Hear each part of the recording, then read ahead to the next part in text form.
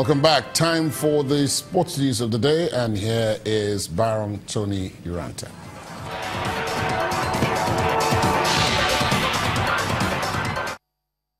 Thank you, Ladi, and welcome to Sports News. President of the Nigeria Football Federation, Amaju Pinnick, insists the Super Eagles will be no pushover in the group phase of the FIFA World Cup in Russia next year. Pinnick is confident that mental strength, self-belief and youthfulness will help the team achieve results in Russia next year in the summer football fiesta. The NFF boss has described Group D, which parades Brazil 2014 FIFA World Cup runners-up Argentina, along with Iceland and Croatia, as a decent group which the three-time African champions will advance from. Meanwhile, the Nigeria Professional Football League side Sunshine Stars of Akure have extended the contract of their head coach Duke Udi for 1 year. The former Nigeria international joined the Owena Wades from Nigeria National League club Osun United last season. Sunshine Stars say the new improved deal with their coach contained a renewal clause for another year at the time of the contract in 2018. Sunshine Stars finished 10th position in the NPFL last season. And elsewhere, Manchester United will not appeal against the suspension of Paul Pogba. The manager Jose Mourinho says the midfielder is looking forward to playing in Tuesday's Champions League group match against CSKA Moscow. Pogba received a straight red card for a reckless challenge on Arsenal's Hector Bellerin. Manchester United will be without Nemanja Matic and Zlatan Ibrahimovic for the CSKA Moscow match at Old Trafford. And back to home, Nigeria's former table tennis player, Toun Ngore, has called for early preparation for table tennis athletes at next year's Commonwealth Games, which will be held at the Gold Coast, Queensland in Australia. He's confident that with the right support and preparations, Nigeria can get medals from the event coming up from April the 4th to the 15th next year. Ngore, however, cautioned young athletes not to go into the sports only for the financial benefits. And finally, Formula One champion Lewis Hamilton received 2 prestigious prizes at the Watersports Awards in London for his performance this season. Hamilton was named the best international racing driver and British champion driver. It's the 5th time the Brit has won the International Racing Driver Prize. And with that, we end on sports news. I'm Baron Tony Uranta. And now back to Ladi, who has serious concerns on Nigeria's World Cup pairing.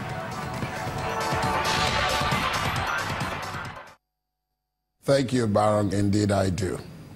Former Yemeni President Ali Abdullah Saleh has been killed by Iranian-backed Houthi rebels barely 2 days after he made peace overtures to Saudi Arabia.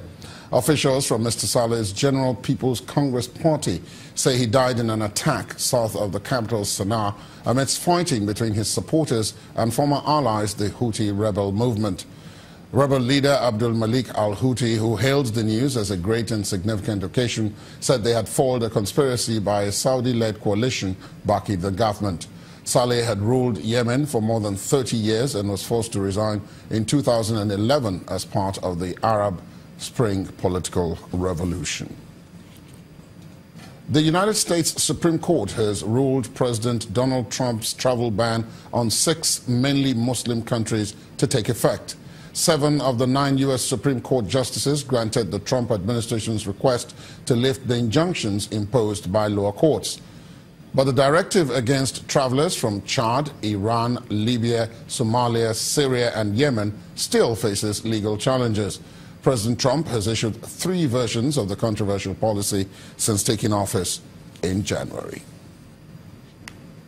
After hours of crucial Brexit talks between the United Kingdom and the EU leaders today, both sides failed to reach an agreement to move to the next stage.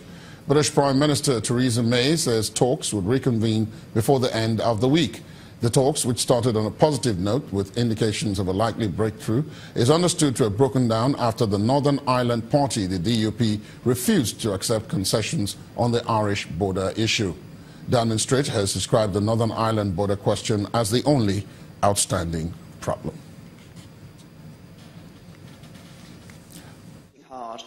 And a lot of progress has been made, and on many of the issues there is a common understanding. But it's clear, crucially, that we want to move forward together. But on a couple of issues, some differences do remain, which require further negotiation and consultation, and those will continue, but we will reconvene before the end of the week, and I am also confident that we will conclude this positively. And on a programming note, Channels Television's political satire, The Other News, returns for a second season after a successful first season. The program is retaining its Thursday 7:30 p.m. spot starting from December the 7th. The Other News is designed to enlighten the public and encourage political participation using humor and not so conventional storytelling techniques to deliver news stories. And the main news again, several persons, including 2 community leaders, were today said to have been killed by a suspected militia group which attacked 7 villages in Adamawa State in northeast Nigeria. And that's tonight's news at 10. Thanks for joining us. My name is Ladi Akiridolu. Good night.